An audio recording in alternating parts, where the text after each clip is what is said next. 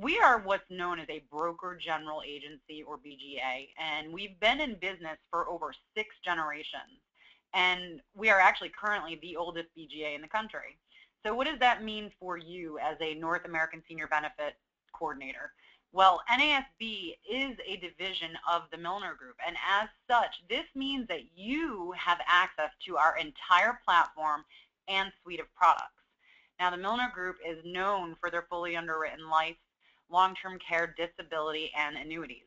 We have underwriters on staff to help with health pre-qualification, along with case design specialists and new business case managers. So pretty much everything you need to run a successful practice is available to you and can really accommodate your final expense sales. So think of the Milner Group as an extension of your business. You can help your clients in a multitude of ways and at the same time build your skill set for a long-standing career in the insurance industry. So once we are done today, please feel free to reach out with any questions on the material that we cover or about what you have access to. Our toll-free number is 800-926-9206.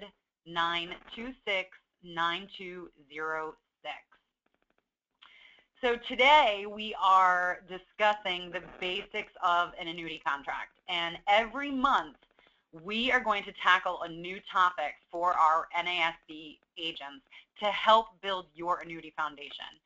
All of these webinars will be recorded and available to you on NASBnation.com as well as YouTube, and I will also email the presentation for your review when we are finished today. So our agenda today is the breakdown of an annuity contract, the benefits of, the types of, how we fund, and we're going to briefly touch on suitability. I will mention that suitability we are going to cover in depth next month, and I do encourage you all to attend. So what is an annuity? Is it an investment or an insurance product? Well, at its core, an annuity is a contract between your client and an insurance company. The client pays a sum of money in exchange for a guaranteed stream of income, either immediately or at some date in the future. So now your client is investing their hard-earned money, but they're purchasing a product from an insurance company. So ultimately, it is an insurance product. Now, the purpose of an annuity is to help protect against the risk of outliving your money. You're protecting your clients from running out of money, locking in guaranteed income, and again, providing them with a steady stream of income throughout their retirement, however long that may last. So an annuity works in 2 phases, which is accumulation and distribution. And during the accumulation phase is when the contract is earning interest and growing in value. So your client has either purchased with a single lump sum payment or is making a series of payments each year, adding to the value while it grows. Now, during the distribution phase, the client is no longer contributing to the contract and can either begin receiving income in a lump sum or in a stream of income that would be an installment, and eventually distribution. So annuities are best suited for the older age demographic, either near or in retirement, and that's not to say that younger clients won't purchase an annuity, but typically we do see these sold as a retirement planning tool to be accessed in the later stages of life. So the parties to an annuity, there are 4 involved in every contract. You have the insurance company who will issue the contract, and they agree to pay the principal plus any earnings at a time in the future. The contract owner is who controls all the aspects of the contract. So the owner has the ability to change the parties. For instance, they can name the annuitant, name the beneficiary. They can change the annuitant and the beneficiary at any time. They can add or withdraw money as well as terminate the contract. So they have full control. The annuitant is the individual whose life the annuity is based on. And ultimately, the payout factors are also based on the annuitant's age. So at the end of the day, the annuitant has no rights to the contract and cannot make any changes. And then finally, the beneficiary. And that's the individual who is entitled to the death benefit. So we're going to pause for a second and just talk quickly about owner-driven versus annuitant-driven contracts. This refers to how the death benefit is triggered. So an owner-driven contract, the death benefit will pay out at the death of the owner, and an annuitant-driven contract will pay out at the death of the annuitant. So it seems pretty basic, but you always want to make sure that you understand the contract structure, because if you have an owner who is different from the annuitant and the annuitant passes away and it's annuitant-driven, that'll trigger the death benefit and the owner loses control and it will pay out to the named beneficiary. And if that's not what the owner intended, you know, we could be in a little bit of trouble there. So we do want to make sure we know. I will say that the majority of annuity contracts are owner-driven. There's very few that remain annuitant-driven, and we can help you to understand that. So why do people purchase annuities? There's really three main reasons. It is for income planning, growth and accumulation, or wealth transfer. So income planning, we're going to generate an income they cannot outlive.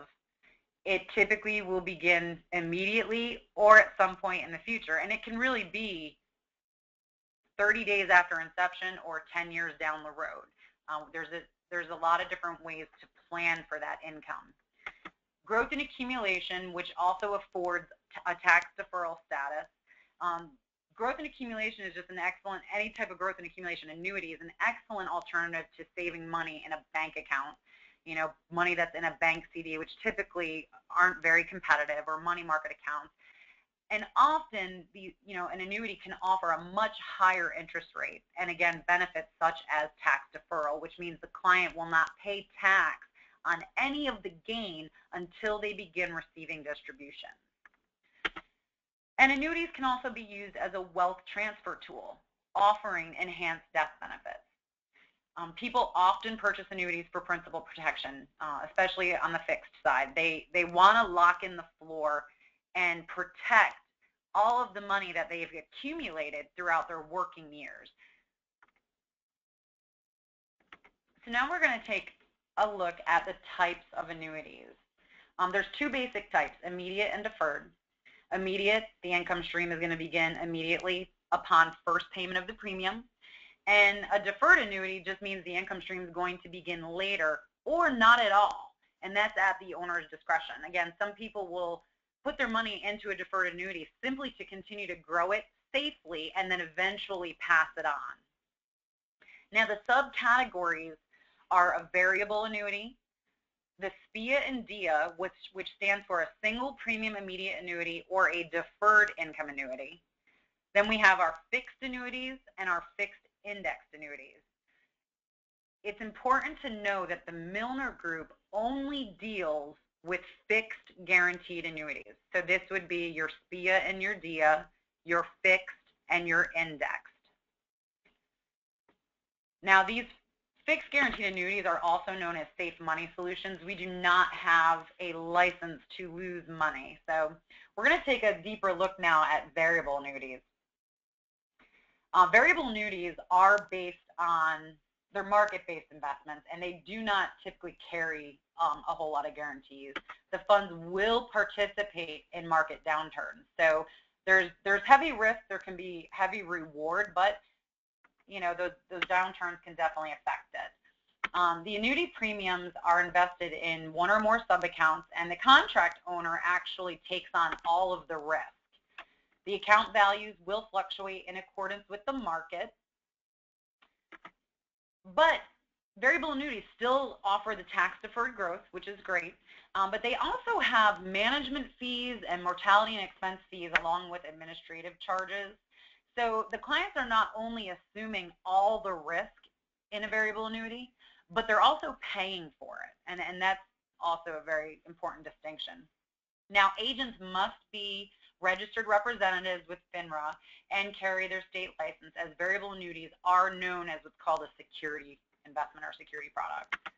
And variable annuities are ideal for an aggressive investor. So when you're thinking about, you know, your client's risk tolerance, if they're conservative or if they're aggressive, you know, the aggressive investors tend to gravitate towards things where there's high risk and high reward. So single premium immediate annuity is a type of a fixed annuity. It's also, again, known as a SPIA. And this product type is designed to provide an immediate stream of income. So the client pays a lump sum into the annuity contract, and income begins within 30 days of inception or within the first year. They can only defer for 1 year. They have to begin income within that 12-month time period. And this is where you're going to have clients who say, I have some money and I really need to generate an income. The SPIA is the most cost-effective and efficient way to leverage premium dollars. It will always offer the most bang for your buck. In fact, SPIAs cost less, which allows you to keep your client more liquid or to have access to their funds. Or it allows you to split the sale between two annuities because they are cost-effective. Now, SPIAs have a few different payout options, and we can always help you to select, based on your client goals, what would be the best option for them. But a life-only option essentially will pay the income guaranteed for your client's lifetime. It can never be outlived. It will pay out as long as they live. If they live to 105, it will guarantee to continue to pay out to 105. It also affords the biggest payout. The only downside of the life-only option is that there is no death benefit. So no matter when death occurs, the carrier will retain the premium. So we don't actually often see life-only elected unless the client maybe doesn't have children or beneficiaries and they're just not concerned with preserving their principal. So then the second option we have is a life with period certain. So you might have heard this before, I need a life with 10 years certain or a life with 20 years certain. Well, what that is it's a built-in death benefit. It basically states that during that certain period, if your client were to pass away, the contract guarantees it will continue to make those income payments to a named beneficiary until the end of that certain period. So just to kind of spell that out, if you have a life with a 10-year certain and the client passes away in the 5th year of the contract, the income payouts will continue until the end of the 10th year to a named beneficiary. Now, your period certain only option is your next option, and this is for clients who know exactly how long they need an income for. So you might have somebody say that, I need income for 5 years. Well, we can give them a 5-year period certain. SPIAs are often used to fund life insurance. So you may fall into a scenario where somebody says, you know what, I want to fund a single premium immediate annuity to pay my life insurance premium for 15 years. Well, in that instance, we would be selling them a period certain. At death, if death occurs during the period certain, it will continue to pay those payments until the end of that period. And then finally, we have life with installment or cash refund. And this is the most often elected because it preserves the principal as far as it will pay out any of the original premium at death if there's any left. So no matter when death occurs, if there's anything left of their original premium still in the contract, they will pay it to a named beneficiary, either in installments or in a lump sum, which is the cash refund option. Typically, when we're showing clients the options, we will show the life-only option, biggest bang for the buck, and we will show them one of the cash refund or installment refund options. If they want a period certain, we can build that in as well, but the life-only and the cash refund are typically what is shown, and most people like to know that they're protected, not just for a certain period, but for as long as possible. They're able to preserve that. So now the sister product to the SPIA is the DIA, or the Deferred Income Annuity. This is also known as a longevity annuity or a delayed income annuity. In fact, a lot of articles, if you're reading industry news, will often refer to these as longevity annuities. So if you have a client that says, hey, do you guys sell longevity annuities? The answer is yes. This is also a fixed annuity, and the basic concept is very similar to the single premium immediate annuity. The client's paying a lump sum, and income will begin after 1 year or later. So if you have somebody that says, hey, I don't need income in 12 months, I need it in 15 months, they're going to purchase a deferred income annuity. In fact, this can be deferred up to 40 years depending on the age of the client at issue. And it is fixed and guaranteed, so the income payouts are guaranteed at contract inception. And then the payout options are the same as a SPIA. You have your life only, your joint life, which would cover 2 people, your period certain, your life with period certain, and then your installment or cash refund. So these 2 are pretty plain vanilla, real easy to understand. We're utilizing these to generate income. And again, it is the most bang for the buck. Okay, so fixed deferred annuities. These are otherwise known as fixed annuities, fixed guaranteed annuities. And essentially, it's a contract that will delay the payments of income until the owner elects to receive them.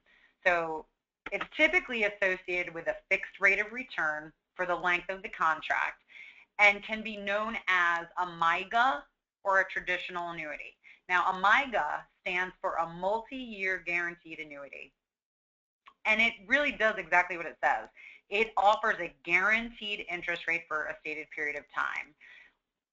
Under the MYGA heading, we have access to over 40 annuity carriers. We monitor the fixed guaranteed rates, and we actually publish them on our website every Monday. You have access to them. I encourage you to print them out and bring them with you on appointments. But the MYGA, we have terms from 3 to 10 years. So if you're meeting with a client and they say, oh, I'm in a bank CD, it's a 1-year CD, I'm making point nothing, you could say to them, well, if I was able to show you an annuity that can get you 4 to 6 times more than, what your CD, and it functions, just like a CD, except it has stronger features, would you be interested?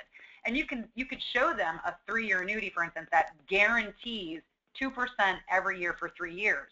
Then at the end of that term, either a renewal rate will be offered or the client can walk away. They can either take the money and walk, or they can roll to another annuity or turn it into an income stream.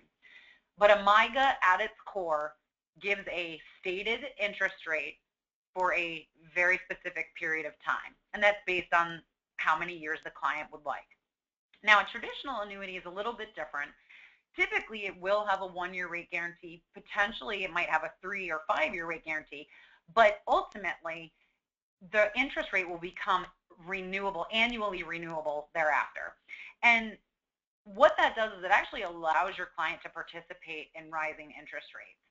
So again, there will be some guarantees. Well, there's always going to be guarantees. Typically, these contract structures guarantee no less than 1% per year. But a traditional annuity, again, if interest rates begin to rise, every year the carrier will be able to share that with the client, and they'll be able to participate in potentially higher rates than a MYGA could offer. And then, of course, fixed deferred annuities, as all fixed annuities, will offer principal protection. Your clients cannot lose money in these types of products.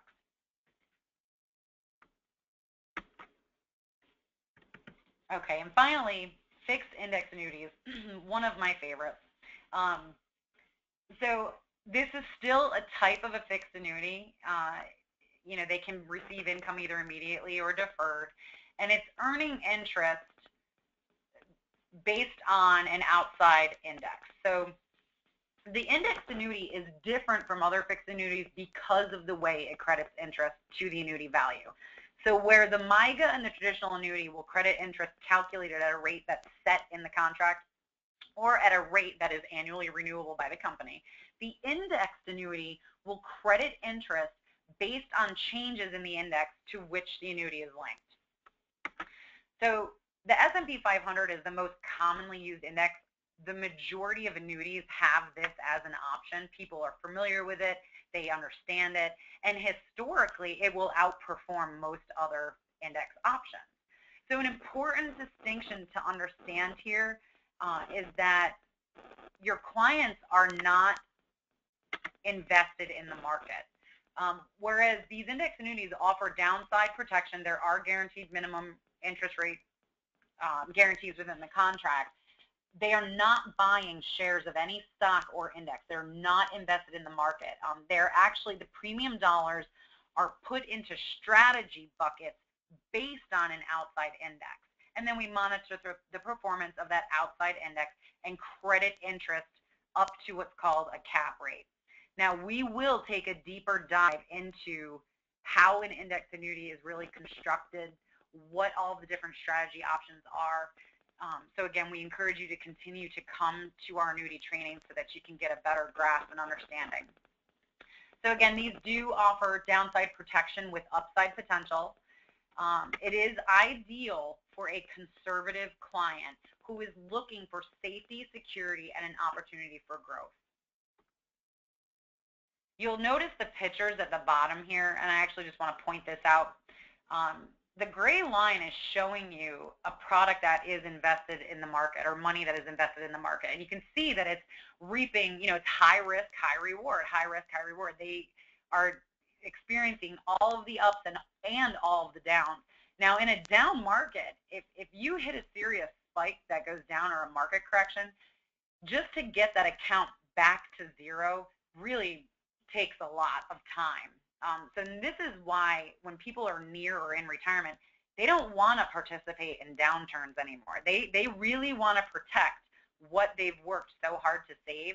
And as you can see to the right, this is what an indexed annuity does. It only participates in the upside of the market. Now, you'll see that the upside is a little bit lower than when it's fully invested, but it does not participate in any downside. So anytime there's a market correction, your client is guaranteed never to lose a dollar. In fact, every year that your client earns interest in a fixed product, that becomes the new floor, and it is contractually guaranteed that they can never fall below that new account value. So that's really important. Your clients are participating in the upside and fully 100% protected from the downside.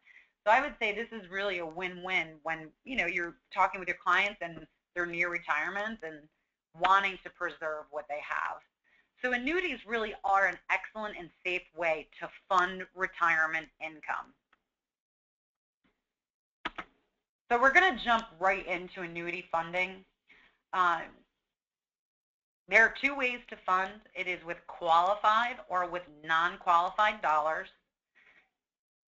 And qualified funds are pre-taxed dollars or before tax dollars, and typically associated with some type of employee benefit plan, such as a pension, a 401k, 403b, IRA, pretty much what we call alphabet soup. If it has letters and numbers associated with the account like this, typically in threes, we know, you can assume that we're talking about qualified dollars, which simply means that your client deposited pre-tax dollars. Their income tax has not been taken out of this, and they will deposit it into the account, and then it will grow based on whatever their elections are. So these plans are known as tax qualified, and all qualified plans, including annuities, must have their balances distributed by the age of 70 and a half, or I'm sorry, beginning at the age of 70 and a half. And this is what's known as the required minimum distribution, or an RMD, and you'll hear us talk about this a lot.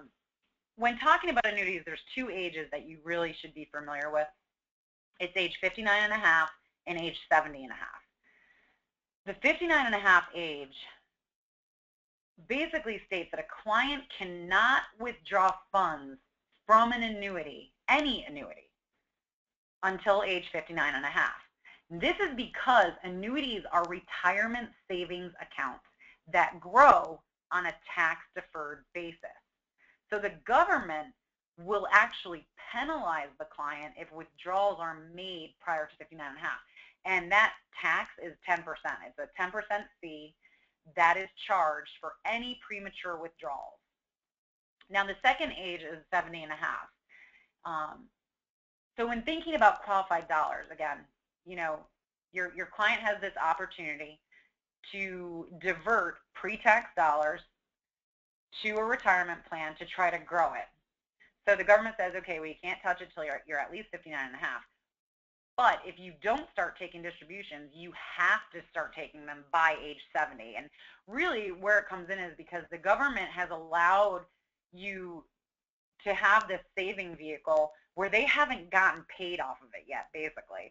And so by the time your client reaches 79 and a half, the government has had enough and they want their money. So they require the client to start taking minimum distributions. And the minimum distributions are based on their age and the total amount of qualified funds. You can go to the irs.gov or finra.com. FINRA is F-I-N-R-A. And you can actually download or utilize their RMD calculators, because that'll help you get a clear picture or be able to show your client, hey, when you're ready to take RMDs, this is what it's going to look like. Now, those RMDs, again, are based on age and the total amount. And then when they receive the RMD, they will pay income tax at their current tax bracket each year going forward. So non-qualified funds are after-tax dollars. So, you know, the income tax has already been paid. This is, you know, your client who receives a W-2 paycheck. All the taxes have already been taken. Accounts that are non-qualified include things like your bank savings account, your checking account, money market accounts. Bank CDs can also be non-qualified. One important distinction is that you cannot commingle qualified and non-qualified funds. So if your client has a 401k at work and they're getting ready to retire and they're ready to reduce their risk and kind of move that money to safety through a fixed annuity, but they also have, let's say, $75,000 in their bank account, well, that's non-qualified money, and the 401k is qualified money. They cannot combine that into one annuity. They would actually have to buy separate annuities because of that tax qualification status. Now, the non-qualified annuities being funded with after-tax dollars are still in a tax-deferred vehicle because there's interest being earned throughout the length of the contract. And again, that interest that they earn will not be taxed until distribution.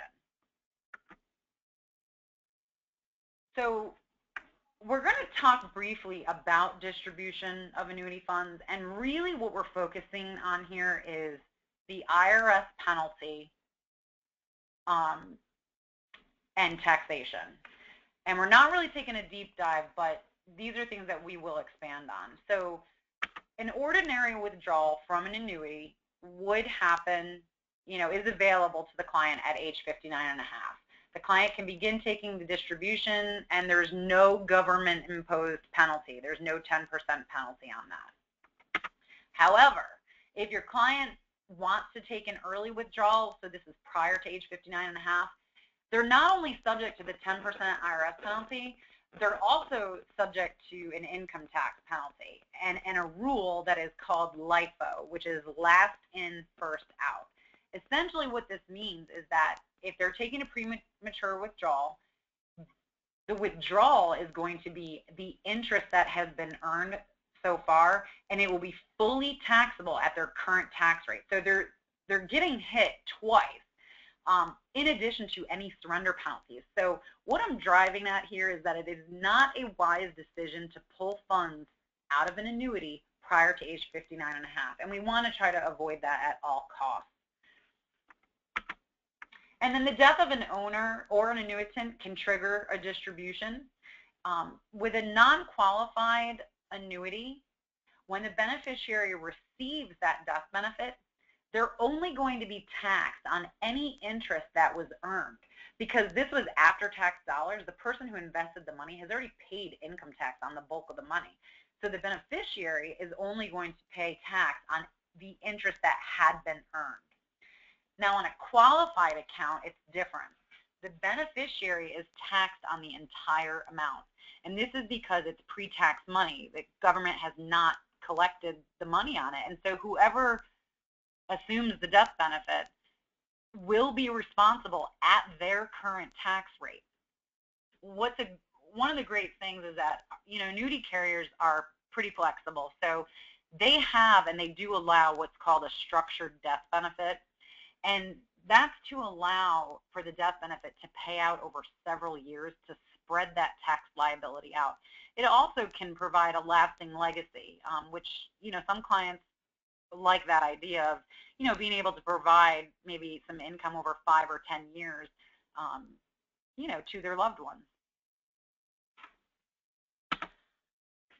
So today we're going to finish up with suitability, and I'm really just scratching the surface of this subject, and suitability can become a little bit confusing at times, but again, the Milner Group is here to help you navigate your way through it. We're always going to make sure that the opportunities and options that we're providing to your clients are the best. As I said, we have access to over 40 insurance carriers on the life and the annuity side, case design analysts. We can help you navigate the suitability. But essentially, NAIC suitability model was launched in 2010. It has been adopted by the majority of states. It does require training. WebCE.com or reged.com can help you identify whether or not you're in an NAIC state. I can tell you that Georgia is adopting it, and I believe we go live over the next couple months.